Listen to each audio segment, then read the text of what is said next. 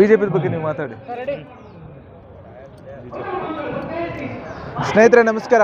ಇವತ್ತು ನಾವು ಒಂದು ಸಾಂಕೇತಿಕವಾಗಿ ಏನಿವತ್ತು ಪಂಜಾಬ್ ಮತ್ತು ಹರಿಯಾಣದ ಬಾರ್ಡರ್ಗಳಲ್ಲಿ ರೈತರು ಇಡೀ ದೇಶದ ಪರವಾಗಿ, ದೇಶದ ರೈತರ ಪರವಾಗಿ ಒಂದು ಹೋರಾಟ ಏನು ಮಾಡ್ತಾ ಇದ್ದಾರೆ, ಆ ಒಂದು ಹೋರಾಟಕ್ಕೆ ಕನಿಷ್ಠ ಬೆಂಬಲ ಬೆಲೆ ಸಿಗಬೇಕು ರೈತರಿಗೆ ಅನ್ನೋ ಒಂದು ಹೋರಾಟ ಏನು ನಡೀತಾ ಇದೆ, ಆ ಹೋರಾಟಕ್ಕೆ ಒಂದು ಬೆಂಬಲ ಕೊಡೋದಕ್ಕೆ ನಾವಿವತ್ತು ಸಾಂಕೇತಿಕವಾಗಿ ಸ್ವಾತಂತ್ರ್ಯ ಉದ್ಯಾನವನದಲ್ಲಿ ಪ್ರತಿಭಟನೆ ಮಾಡಿದ್ವಿ. ಇವತ್ತು ರೈತರು ಕೇಳ್ತಾ ಇರೋದಾದ್ರೂ ಏನು, ಇವತ್ತು ರೈತರು ಕೇಳ್ತಾ ಇರೋದು ಕನಿಷ್ಠ ಬೆಂಬಲ ಬೆಲೆ. ಅವರು ಬೆಳೀತಾ ಇರೋ ಬೆಳೆಗಳಿಗೆ ಕನಿಷ್ಠ ಬೆಂಬಲ ಬೆಲೆ ಕೊಡಿ ಅಂತ. ಆದರೆ ಇವತ್ತು ಕೊಡ್ತಾ ಇರೋ ಒಂದು MSP ಕನಿಷ್ಠ ಬೆಂಬಲ ಬೆಲೆ ಏನಿದೆ ಅದು ವೈಜ್ಞಾನಿಕವಾಗಿಲ್ಲ. ಏನು ಸ್ವಾಮಿನಾಥನ್ ಅವರು, MS ಸ್ವಾಮಿನಾಥನ್ ಅವರು ನ್ಯಾಷನಲ್ ಕಮಿಷನ್ ಫಾರ್ ಫಾರ್ಮರ್ಸ್ ಅಂತ ಹೇಳಿ ಒಂದು ಕಮಿಷನ್ ಮುಖಾಂತರ ಏನು ರೆಕಮೆಂಡೇಶನ್ಸ್ ಕೊಟ್ಟಿದ್ರು, ಯಾವ ಥರ ಕನಿಷ್ಠ ಬೆಂಬಲ ಬೆಲೆಯನ್ನು ಕ್ಯಾಲ್ಕುಲೇಟ್ ಮಾಡಬೇಕು, ಆ ಒಂದು ಬೆಂಬಲ ಬೆಲೆಯಿಂದ ಯಾವ ಥರ ರೈತರ ಆರ್ಥಿಕ ಪರಿಸ್ಥಿತಿ ಅಭಿವೃದ್ಧಿ ಆಗುತ್ತೆ ಅಂತ ರೆಕಮೆಂಡೇಶನ್ಸ್ ಕೊಟ್ಟಿದ್ರು, ಅದು ಯಾವುದ್ರ ಬಗ್ಗೆನೂ ಈ ಸರ್ಕಾರ ಮಾತಾಡ್ತಾ ಇಲ್ಲ.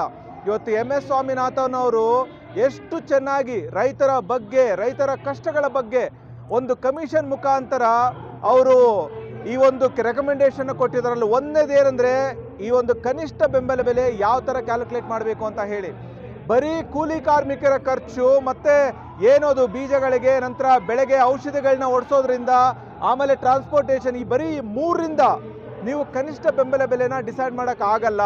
ಇವತ್ತು ಭೂಮಿ ಇರುತ್ತೆ, ಆ ಭೂಮಿ ಮೇಲೂ ಬಾಡಿಗೆ ಅಂತ ಹೇಳಿ ಅದರಲ್ಲೂ ನೀವು ತಗೋಬೇಕಾಗುತ್ತೆ. ಅದಲ್ಲದೆ ಏನು ಉಪಕರಣಗಳನ್ನ ನೀವು ಬಳಸ್ತೀರಾ, ಅದು ಟ್ರ್ಯಾಕ್ಟರ್ಗಳಾಗಿರ್ಬೋದು, ಎತ್ತುಗಳಾಗಿರ್ಬೋದು, ಬೇರೆ ಬೇರೆ ಕುಂಟೆಗಳಾಗಿರ್ಬೋದು, ಏನೇ ಆಗಿರಲಿ ಅದರ ಒಂದು ಬಾಡಿಗೆ ಅಂತ ಹೇಳಿ ಅದರಲ್ಲಿ ಆ್ಯಡ್ ಮಾಡಬೇಕು. ಅದಲ್ಲದೆ ರೈತರ ಕುಟುಂಬ ಏನು ಆ ಒಂದು ಕೆಲಸದಲ್ಲಿ ತೊಡಗಿಸಿರ್ತಾರೋ ಆ ರೈತರಿಗೂ ಸಹ ಒಂದು ಕಾರ್ಮಿಕರಂತೇಳಿ ಕನ್ಸಿಡರ್ ಮಾಡಿಕೊಂಡು ಅವ್ರದ್ದು ಸಹ ಏನೋ ಒಂದು ವೇತನ ಅಂದ್ಕೊಂಡು ಅದನ್ನೂ ಆ್ಯಡ್ ಮಾಡಬೇಕು. ಸೊ ಈ ಥರ ಇದೆಲ್ಲದನ್ನು ಆ್ಯಡ್ ಮಾಡಾದ್ಮೇಲೆ ಅದರ ಮೇಲೆ ಆ ಖರ್ಚು ಏನಾಗಿರುತ್ತೆ ಅದರ 50% ಆ್ಯಡ್ ಮಾಡಿ ಒಂದು ಕನಿಷ್ಠ ಬೆಂಬಲ ಬೆಲೆಯನ್ನು ರೈತರಿಗೆ ಕೊಟ್ಟಾಗ ಅವರ ಒಂದು ಜೀವನ ಅಭಿವೃದ್ಧಿ ಆಗುತ್ತೆ ಅಂತೇಳಿ ಸ್ವಾಮಿನಾಥನ್ ಅವರು ಹೇಳಿದರು.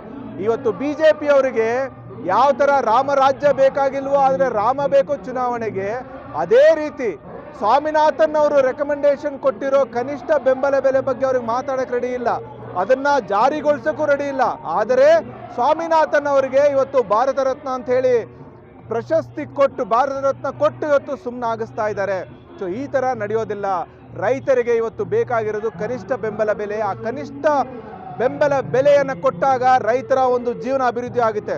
ನಾನು ನಿಮಗೆ ಒಂದೇ ಒಂದು ಉದಾಹರಣೆಯನ್ನು ಕೊಡ್ತೀನಿ, ಯಾವ ಥರ ಕನಿಷ್ಠ ಬೆಂಬಲ ಬೆಲೆ ಸರಿಯಾದ ರೀತಿಯಲ್ಲಿ ಸ್ವಾಮಿನಾಥನ್ ವರದಿ ಪ್ರಕಾರ ಕೊಟ್ಟಾಗ ಹೆಂಗೆ ಚೇಂಜ್ ಆಗುತ್ತೆ ಅಂತ ನೋಡಿ. ಇಲ್ಲಿ ಗೋಧಿಗೆ ಇವತ್ತಿನ ಒಂದು MSP ಏನು ಕೇಂದ್ರ ಸರ್ಕಾರ ನಿರ್ಧಾರ ಮಾಡಿದೆ ಅದರ ಪ್ರಕಾರ 2275 ರೂಪಾಯಿ ಬರ್ತಾ ಇದೆ.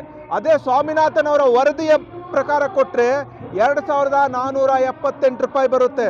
ಅದೇ ರೀತಿ ಈ ಒಂದು ಬೇಳೆಕಾಳುಗಳಾಗಿರ್ಬೋದು, ಬೇರೆ ಬೇರೆದಾಗಿರ್ಬೋದು, ಅದರದ್ದು ನೋಡಿ 5440 ಇವತ್ತಿನ MSP ಪ್ರಕಾರ. ಅದೇ ನೀವು ಸ್ವಾಮಿನಾಥನ್ ವರದಿಯ ಪ್ರಕಾರ MSPಯನ್ನು ಕನಿಷ್ಠ ಬೆಂಬಲ ಬೆಲೆಯನ್ನು ಕೊಟ್ಟಾಗ 6820 ಆಗುತ್ತೆ. ಅದೇ ರೀತಿ ಬಾರ್ಲೆನೇ ನೀವು ತಗೊಳ್ಳಿ, 1850 ರೂಪಾಯಿ ಇದೆ. ಸ್ವಾಮಿನಾಥನ್ ವರದಿ ಪ್ರಕಾರ 2500 ರೂಪಾಯಿ ಹತ್ತತ್ರ ಆಗುತ್ತೆ. ಈ ರೀತಿ ರೈತರ ಒಂದು ಬೆಳೆಗೆ ವೈಜ್ಞಾನಿಕ ರೀತಿಯಲ್ಲಿ ಬೆಂಬಲ ಬೆಲೆ ಕೊಟ್ಟಾಗ ರೈತರ ಪರಿಸ್ಥಿತಿ, ಅವರ ಒಂದು ಆರ್ಥಿಕ ಪರಿಸ್ಥಿತಿ ಅಭಿವೃದ್ಧಿ ಆಗುತ್ತೆ. ಆ ಒಂದು ರೈತರ ಹೋರಾಟಕ್ಕೆ ನಮ್ಮ ಸಂಪೂರ್ಣ ಬೆಂಬಲ ಇದೆ. ಯಾವ ಥರ ಆಮ್ ಆದ್ಮಿ ಪಕ್ಷ ಇವತ್ತು ದೆಹಲಿ, ಪಂಜಾಬಲ್ಲಿ ಬೆಂಬಲವನ್ನು ಕೊಡ್ತಾ ಇದ್ದಾರೋ ಅದೇ ರೀತಿ ನಮ್ಮ ರಾಜ್ಯದಲ್ಲೂ ಸಹ ಯಾವುದೇ ರೈತ ಪರ ಸಂಘಟನೆಗಳು, ರೈತ ಪರ ಕಾಳಜಿ ಇರೋ ಸಂಘಟನೆಗಳು ಯಾವುದೇ ರೀತಿಯಾದ ಹೋರಾಟ ಮಾಡಿದ್ರೂ ನಮ್ಮ ಒಂದು ಬೆಂಬಲ ಆ ಹೋರಾಟಕ್ಕಿದ್ದೇ ಇರುತ್ತೆ.